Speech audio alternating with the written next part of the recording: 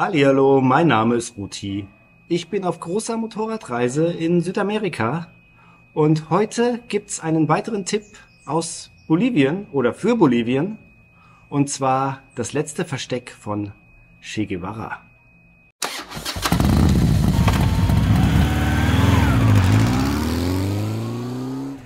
Einen schönen guten Morgen aus Sucre, Bolivien.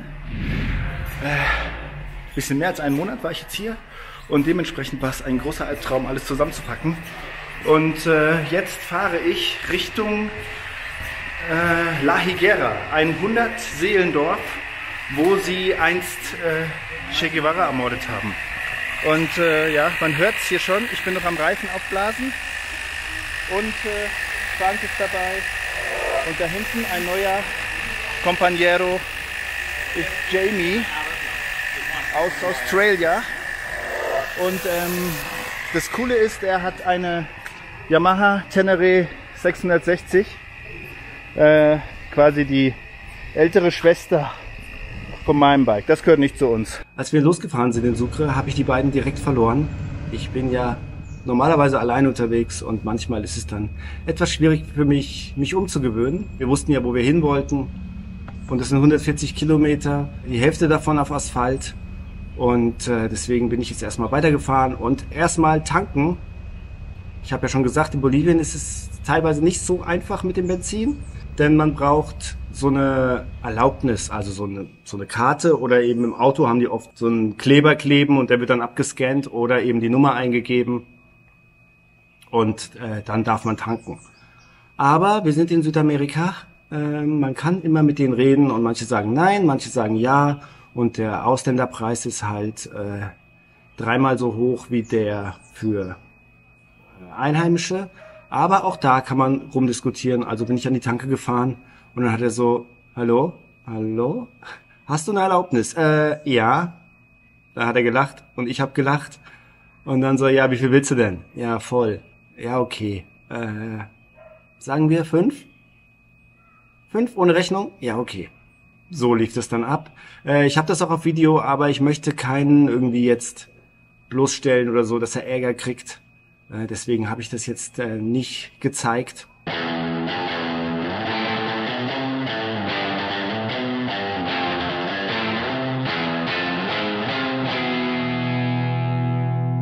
Wir sind ja alles Einzelkämpfer, das ist dann immer ein bisschen schwierig in der Gruppe zu fahren, glaube ich. Ich weiß nicht, für mich zumindest.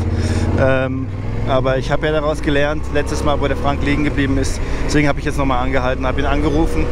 Und die sind noch in Sucre an der Tanke. Ich habe jetzt gesagt, ich fahre jetzt einfach mal und dann die holen mich eh ein. Wenn ich gemütlich fahre. Und spätestens da, wo es auf Ripio geht, also auf den Schotter, da warte ich dann auf die.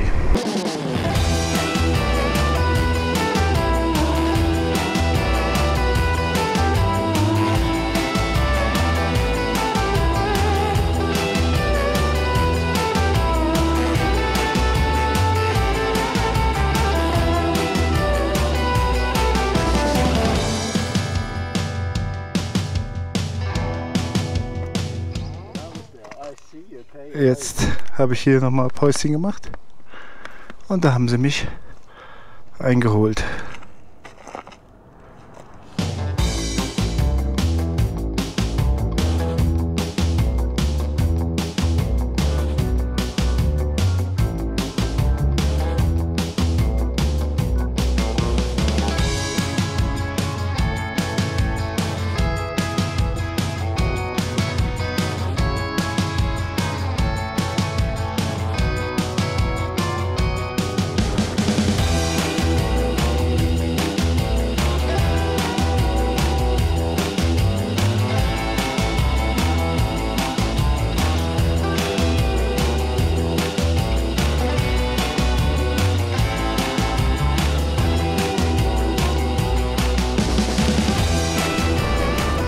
La Higuera, das letzte Guerilla-Versteck von Che Guevara und seinen übrig gebliebenen Männern, liegt im bolivianischen Hinterland. Also man kann richtig erkennen, wenn man da reinfährt, dass es am Arsch der Welt ist. Und man kann sich vorstellen, dass das halt irgendwie ein halbes Jahrhundert her, dass es damals noch viel krasser war. Aber Wie gesagt, die Hälfte des Weges ist immer noch Schotter. Und ja, Sucre liegt ja auf 2000 Meter. Dann geht es da runter in eine Schlucht. Und es sind zwei Gebirge und da ist ein Fluss. Und durch diese Schlucht fährt man durch. Dann fährt man wieder hoch, weil dieses Guerilla-Versteck liegt oben am Ende einer Straße im Dschungel, Hinterland, auf einem Berg. Und man ist dann wieder auf über 2000 Metern.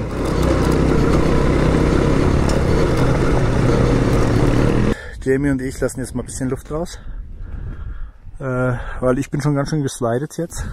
Ist rutschig, ist trocken, aber die Sicht hier ist ziemlich gut. Das ist schon wirklich bolivianisches Hinterland. Und hier kriege ich die Straße hoch. Hier ist halt jetzt richtig geil. Das ist wirklich, kann man sich so vorstellen. Wir fahren ja schon Che Guevara und das hier sieht aus wie Guerilla-Land. Also ist wirklich wow. Guckt euch das an. Ulalalala.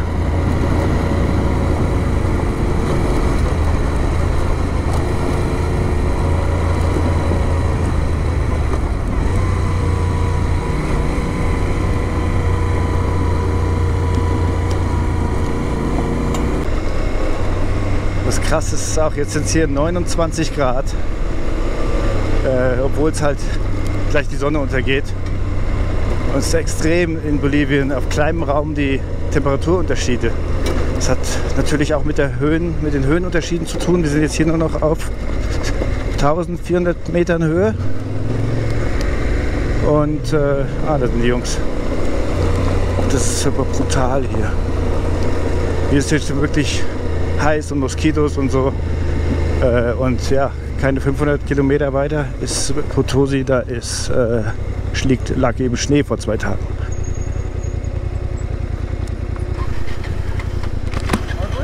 Ja.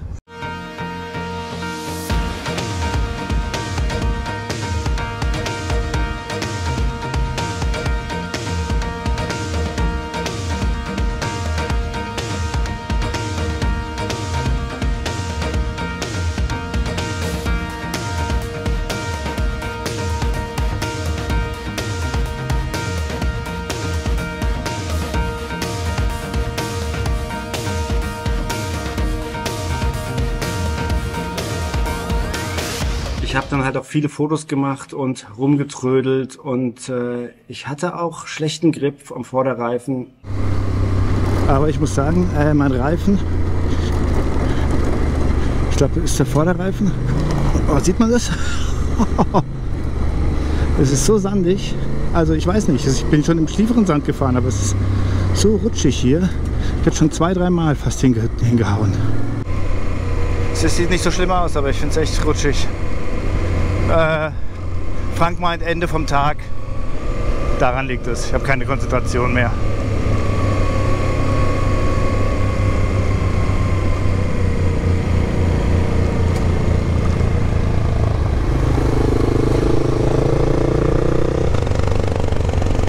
Oh, Regentropfen. Aber schön ist es hier, unglaublich. Ah. Oh wow, guckt euch das an.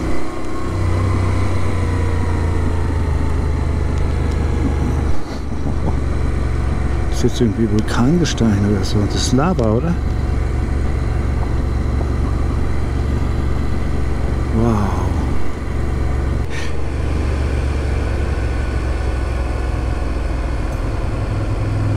Wow.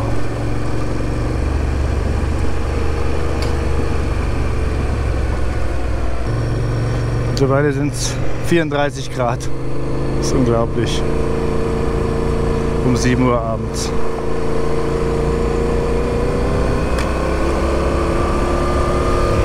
Aber ich trödel zu viel rum. Rumgetrödelt, Fotos gemacht und dann natürlich ins Dunkle gekommen. Und hier ist mitten im Nirgendwo so eine riesige Brücke.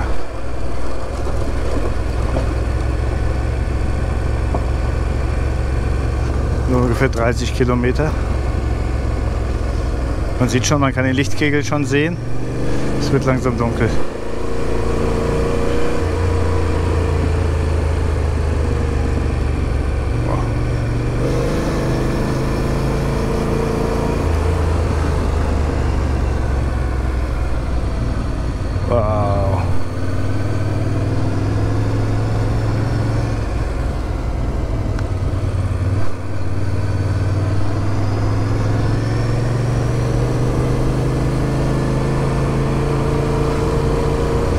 Normalerweise würde ich jetzt anhalten, aber ich fühle mich von denen gehetzt, da müssen die wieder warten. Aber ich glaube, die warten jetzt eh nicht mehr. Und dann muss man, das letzte Stück ist halt diesen Pass da hoch, so Serpentinen. Da stehen dann halt auch Kühe auf der Straße und so weiter. Ist so ein bisschen unheimlich. Also es ist halt, wie gesagt, Guerilla-Hinterland. Jetzt wird es doch schnell dunkel. Das ist die Strafe, wenn man rumtrödelt.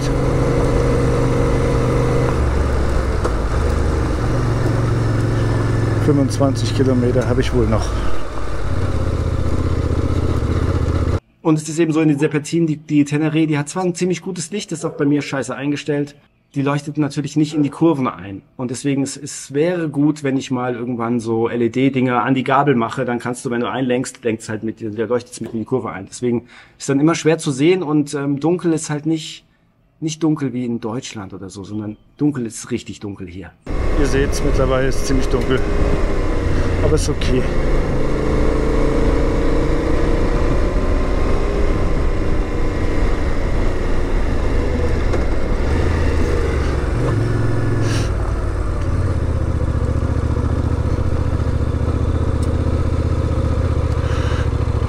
Muss man halt langsam machen, weil ich kann hier nichts sehen in diesen Serpentinen.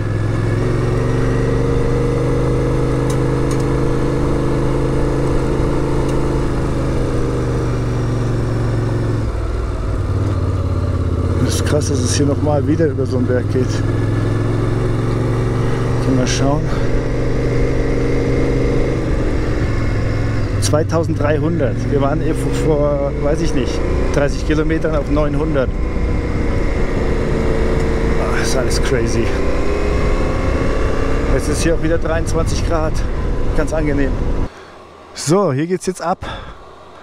Und es hat den geilen Namen Ruta del Che. Da muss ich natürlich nochmal ein Foto machen. Das ist noch 10 Kilometer. Voran komme ich irgendwie nicht, aber gut. Das passt natürlich auch ganz gut hier nachts zu dem Guerilla-Unterschlupf zu fahren. Aber hier wird die Straße jetzt deutlich schlechter. Das ist natürlich nicht so schön. Solange es gerade ist, ist es okay. Aber um die Kurve... Ganz am Ende gibt es noch so kleine Flussdurchfahrten oder wie gesagt Bachdurchfahrten. Das ist alles im Dunkeln. Naja, war schon ein bisschen unheimlich. Aber schließlich habe ich La Higuera erreicht. Bienvenidos a La Higuera. Ich bin da. 400 Meter noch. Bis zum Unterschlupf. Hier gibt es sogar Licht. Da wohnt auch jemand anscheinend. Da sitzt ein Hund. Cool.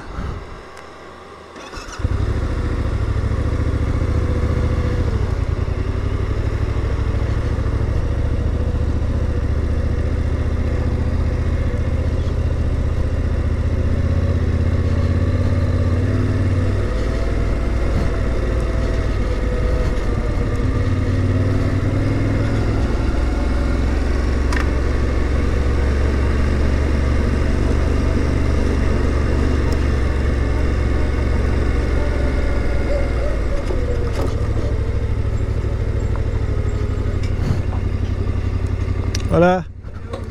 Ah. Your partners, Yeah. your partners Yeah.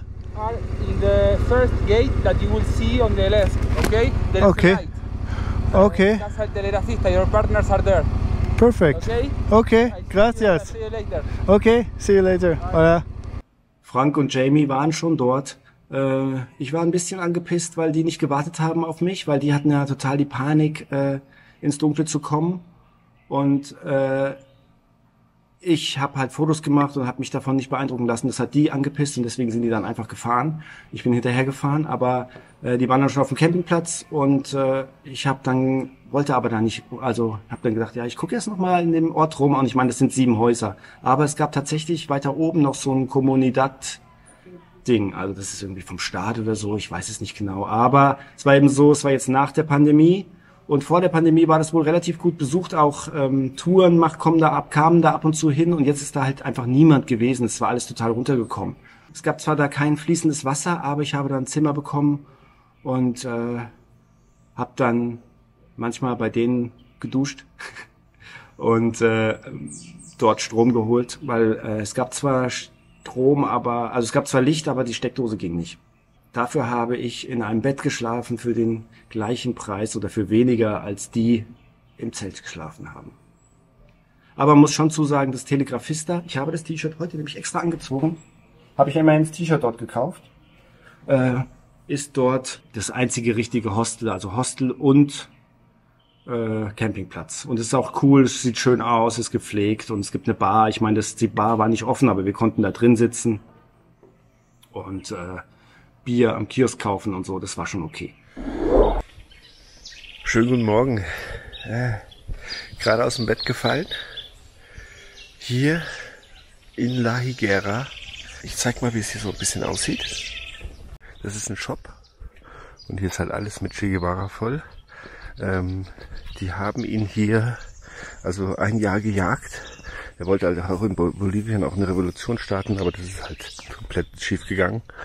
Und er war dann nur noch mit 14 Leuten irgendwie hier in der Gegend. Wie man sieht, habt ihr ja gestern gesehen, hier ist nicht viel am Arsch der Welt, könnte man sagen. Da haben sie ihn hier 3 Kilometer entfernt gefangen.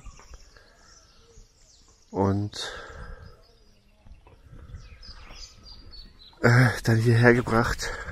Und dann ist er hier erschossen worden. Und da haben sie ihm die Hände abgeschnitten, um zu beweisen, dass es er ist. Und das hier ist meine Unterkunft. Die anderen beiden sind wie gesagt auf dem Campingplatz. Hier ist so ein Sportplatz oder sowas. Und es gibt kein fließendes Wasser. Aber es gibt Licht in der Nacht, aber keinen richtigen Strom.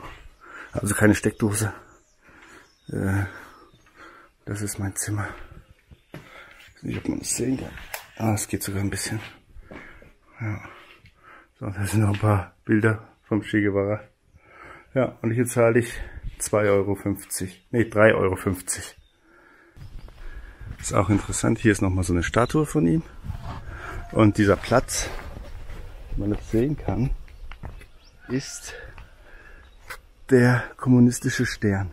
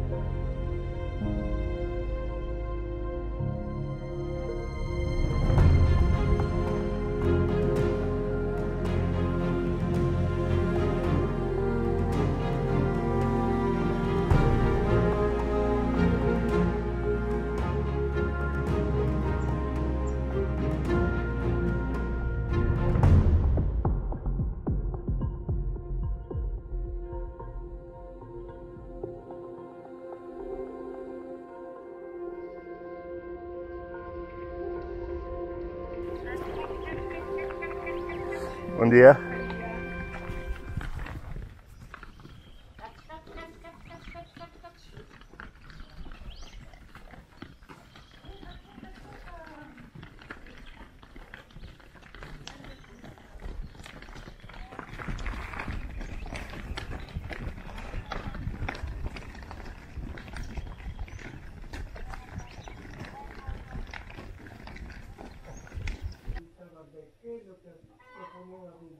Jetzt war ich hier in dem Museum, also das ist das Haus, die Hütte, wo er erschossen worden ist. Da ist die ganze Geschichte nochmal aufgedröselt und es war dann wirklich so, dass sie die hier gejagt haben und sie haben sich dann hier versteckt, immer weiter zurückgezogen und Che ist dann gefangen genommen worden und einen Tag später wurde er auf Weisung wohl des Präsidenten erschossen und die sind wohl in den Raum gekommen und wortlos haben sie ihn erschossen und seinen Partner auch noch, also noch einen anderen Guerillakämpfer. Hasta la victoria sempre. Bis zum ewigen Sieg.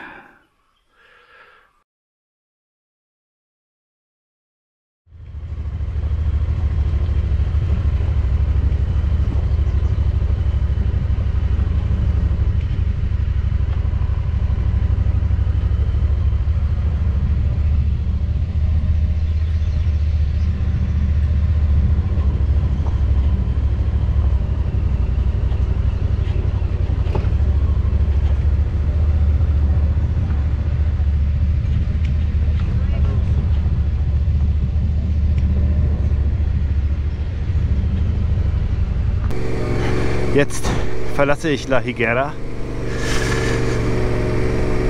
Ein ganz besonderer Ort, super ruhig und adios. Ja, wie hat der eine Fernando gesagt, das Einzige, was hier je passiert ist, ist, dass Che Guevara und die Guerillas hier vorbeigekommen ist. Sonst passiert hier nie was. Und ja, die Leute waren auch nicht interessiert an irgendwelcher Revolution und so. Für die ist das Leben immer das Gleiche, egal was da für eine Regierung ist und so. Es ist hier so weit weg von allem. Es gibt dann noch 2, 3 Leute, also das ist jetzt 55 Jahre her, dass der erschossen wurde hier. Und es gibt noch 2, 3 Leute, die ihn getroffen haben hier.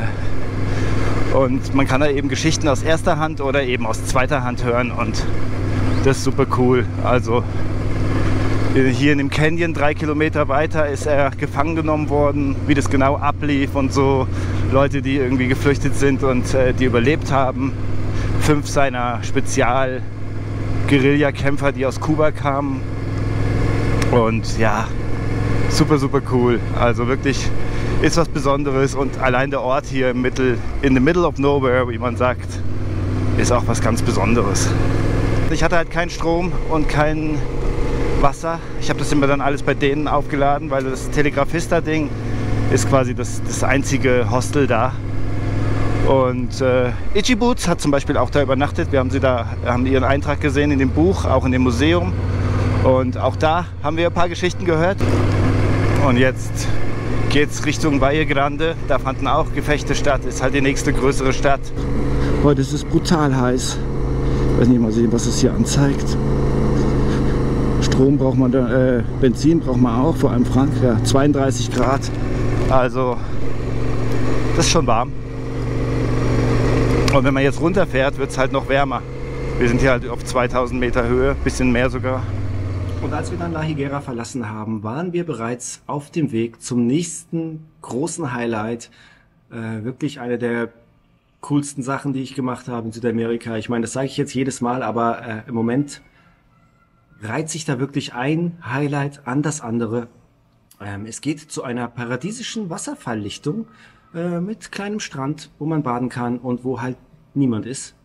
Wenn ihr das sehen wollt, schaltet beim nächsten Mal wieder ein. Ich bedanke mich für die Aufmerksamkeit. Heute mal eine eher klassischere Rutis Reisen Episode.